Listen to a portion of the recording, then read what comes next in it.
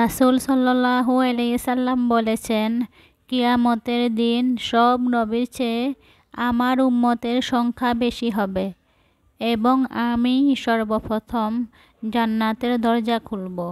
সহিহ মুসলিম 196। আসসালামু আলাইকুম।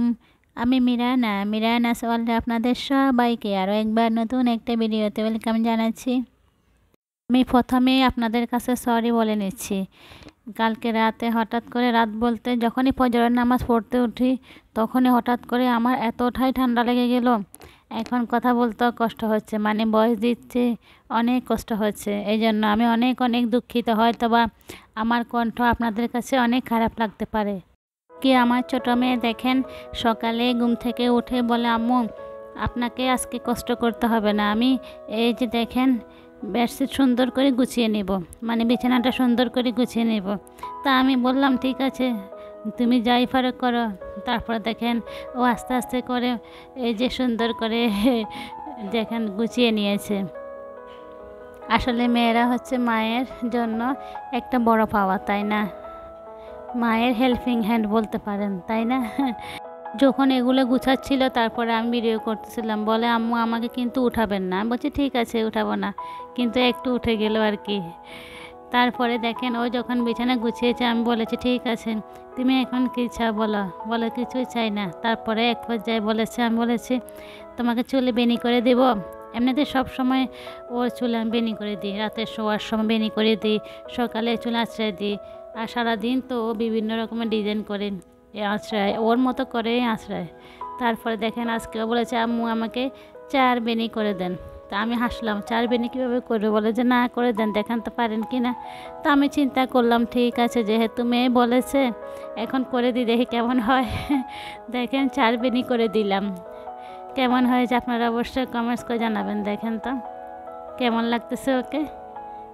এই 4 বেনিটা আমি করেছি, কেমন হয়েছে এবং আমার মেয়েকে কেমন লাগতেছে অবশ্যই আপনারা কমেন্টস করে জানাবেন। ও তো মহা খুশি, ও বলেছে আমি কখনোই 4 বেনি করি নাই, আজকে করেছি, সুন্দর লাগতেছে। মানে কার্টুনে দেখে 4 বেনি 6 বেনি করে, অনেকগুলো বেনি করে, ও এই প্রথম 4 বেনি করেই মহা খুশি। বাচ্চাদের ছোট ছোট খুশিগুলো আমাদেরকে কিন্তু অনেক আনন্দ দেয়, তাই না? এদিকে দেখেন আমার বড় মেয়ের ক্রিয়েটিভিটি। ও দেখেন এই যে এটা হচ্ছে একবারে অরিজিনাল ফাল, এটা আপনাদের ভাইয়া বিদেশ থেকে এনেছেন।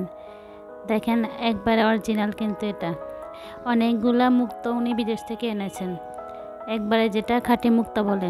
এখন 2টা নিয়ে দেখেন আমার মেয়ে এটা ক্রিয়েটিভিটি করতেছে। এই জিনিসগুলো কিন্তু আমরা কক্সবাজার থেকে এনেছিলাম।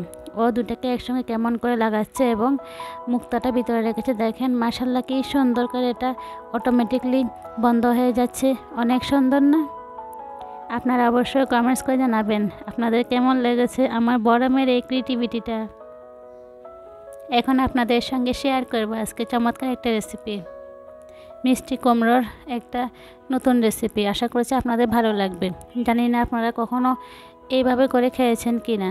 যদি না খেয়ে থাকেন প্লিজ একবার হলো ট্রাই করবেন, যেহেতু এখন মিষ্টি কুমড়ার সিজন, প্রচুর পরিমাণে বাজারে মিষ্টি কুমড়া পাওয়া যাচ্ছে, মানে ফাঁকাগুলো আর কি।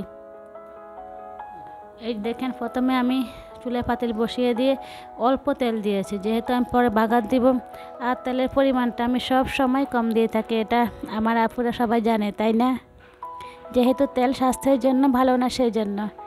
এখন এখানে সামান্য একটু তেলের মধ্যে একটা পেঁয়াজ কুচি, 2টা রসুনের কোয়া কুচি দিয়ে তা ভেজে নিয়েছি।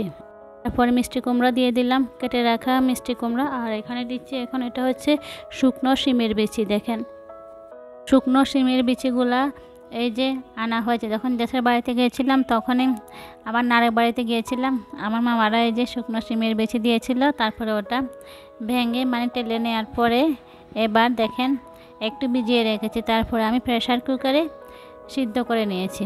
এটা আমি 60% সিদ্ধ করে নিয়েছি। প্রেসার কুকারে নিয়ে যাতে করে একটু ভালো করে সিদ্ধ হয়ে যায় এবং তাড়াতাড়ি হয়, সেই জন্য। সিদ্ধ হয়ে যাওয়ার পরে যখন 60% সিদ্ধ হয়ে গেছে তারপরে আমি মিষ্টি কুমড়ার মধ্যে দিয়ে দিলাম।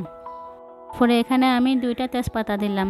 এখন এখানে মরিচের গুঁড়ো, ধনিয়ার গুঁড়ো, হলুদের গুঁড়ো, হাফ চা চামচ জিরে গুঁড়ো সব দিয়ে দিলাম। দিয়ে দেওয়ার পরে তারপরে ভালো করে আমি এগুলা মিশিয়ে নেব। আসলে কিন্তু রান্না একটা আর্ট, তাই না? যে যার মতো করে রান্না করতে পারেন। তবে আমরা কিন্তু অনেক আপুদের ভিডিও যেহেতু দেখি, অনেক রকম করে রেসিপি শিখতে পারি। এই রেসিপিটা আমার সম্পূর্ণ নিজস্ব। আমি নিজেই রেসিপিগুলো তৈরি করি। যদি আমার কাছে ভালো লাগে তাহলে আপনাদের সঙ্গে শেয়ার করি, আর যদি ভালো না লাগে তাহলে শেয়ার করি না। যেহেতু একটা জিনিস শেয়ার করব, যদি আপনাদের ভালো না লাগবে তাহলে দরকার কি, তাই না? আমার নিজেরই ভালো লাগবে না, তাহলে আপনাদের কেমনে ভালো লাগবে? সেই জন্য আমি আর শেয়ার করি না। এটা আমার কাছে অনেক ভালো লেগেছে। আমি এখনও কিন্তু কোনো পানি দিই নেই। দেখেন, যেহেতু মিষ্টি কুমড়ো থেকে এমনিতেই পানি বেরিয়ে যাবে, সব মশলা দিয়ে দেওয়ার পরে ভালো করে আমি এখন দেখেন মিশিয়ে নিচ্ছি। ভিডিওটা দেখতে দেখতে যারা এ পর্যন্ত চলে এসেছেন, প্লিজ আপুরা ভাইয়েরা একটা লাইক দিয়ে দিবেন। এবং আজকে আপনারা যারা আমাকে নতুন ভিজিট করতেছেন, চাইলে আমার সাথে থেকে যেতে পারেন। যে দেখেন, আমি ডেকে দিয়েছি, ডেকে দেওয়ার পরে কিন্তু আবারও অনেকগুলো পানি বেরিয়ে গেল। এভাবে করে ভালো করে কষিয়ে নিয়েছি। যখনই কষানো হয়ে গিয়েছে, এখন আমি এখানে দিয়ে দিচ্ছি গরম পানি। পানি দিয়ে তারপরে ভালো করে মিশিয়ে নিচ্ছি। মেশানো হয়ে গেলে তারপরে আমি ঢেকে দিব। আমি এখানে স্বাদ মতো লবণ দিলাম। আপনারা নিশ্চয়ই দেখেছেন, এটা আগে দিয়েছি। ভিডিওটা ভয়েস দিচ্ছি আজকে বুধবার বিকাল 4টায়। গতকালকে রাতে ফজরের নামাজ ওঠার পরে হঠাৎ করে এত ঠান্ডা লেগে গিয়েছে। আজকে বুধবার এই যে 4টার সময় আমি এখন ভয়েস দিচ্ছি। এই ভিডিওটা ইনশাল্লাহ রাতে আপলোড করা হবে। আশা করছি আপনাদের ভালো লাগবে। কুমড়োটা ফ্রাই কিন্তু হয়ে এসেছে। এখন আমি এর মধ্যে দিলাম 1 চা চামচ চিনি। মিষ্টি কুমড়ার মধ্যে কিন্তু অনেকে চিনি দিয়ে থাকেন, তবে আমি চিনি দিলে একটু ভালো লাগে, তাই না? বেশি দিই না, 1 চা চামচ দিয়েছি। এতে করে কিন্তু মিষ্টি কুমড়ার ফ্লেভারটা স্বাদ অনেক বেড়ে যায়, তাই না? তো এটা একটা স্পেশাল মিষ্টি কুমড়া রেসিপি শেয়ার করতেছি। এখানে কিন্তু আর একটা জিনিস বাকি আছে, সেটা হচ্ছে আমি এখানে এক পাশের চুলায় 2টা ডিম ভেজে নিয়েছি একটু লাল লাল করে। তারপরে ডিম ভাজাটা আমি দেখেন ছোট করে পিস করে এখানে যখনই নামিয়ে ফেলবো তার ঠিক 2 মিনিট আগে দিয়ে দিচ্ছি। দেখেন, দিয়ে একটু খুন্তি দিয়ে জলের সঙ্গে মিশিয়ে নিচ্ছি। এটাই কিন্তু স্পেশালিটি দেখেন সত্যি। আর যে শুকনো বিচি দিয়ে, শিমের শুকনো বিচি দিয়ে রান্না করেছি, এটার সঙ্গে ডিম ভাজা দিয়ে দেখেন সত্যি কিন্তু এই রেসিপিটা অনেক মজা হয়। তারপরে এখন বাগার দিয়ে দিচ্ছি। এখানে আমি পেঁয়াজ রসুন দিয়ে দেখেন বাগার দিয়ে দিলাম। দেখতে যেমন সুন্দর হয়েছে, খেতে কিন্তু অতুলনীয় হয়েছে। যদি একবারও ট্রাই না করেন কখনো, তাহলে আমি আশা করব একবার হলে এভাবে করে ট্রাই করবেন। যারা মিষ্টি কুমড়া খেতে পছন্দ করেন তারা অবশ্যই একবার ট্রাই করবেন, ইনশাল্লাহ অনেক ভালো লাগবে। দেখেন, ডাইনিং টেবিলে নিয়ে এলাম, অনেক মজা হয়েছে, সবাই মিলে খেয়েছি। এখন দুপুরবেলা রান্নাবান্না হয়ে গিয়েছে। আসলে গরম লাগতেছে, চুলা থেকে বের হওয়ার পরে মনে হয় গরম লাগে। একবার ঠান্ডা পানি দিয়ে লেবুর শরবত করেছি। তারপরে আমি আমার 2টা মেয়ে আমরা একসাথে খেয়ে নিচ্ছি। আপনাদের ভাইয়া আবার লেবু এমনিতেই খেয়ে ফেলে, শরবত খেতে চায় না। মানে শরবতে চিনি লাগবে, সেই জন্য, যেহেতু উনি চিনি অ্যাভয়েড করেছিলেন সেই জন্য। এখন এটা হচ্ছে বিকেলবেলা। আমার মেয়েদের জন্য এখানে একটু আমি হালুয়া রান্না করতেছি। আমার মেয়েরা হালুয়া খেতে অনেক পছন্দ করে, রুটি দিয়ে খেতে ভালো লাগে। আবার যেটা হয় একবারে মানে কেটে কেটে শুকনো অবস্থা খাওয়া হয়, ওটাও কিন্তু ওরা খেতে পছন্দ করে।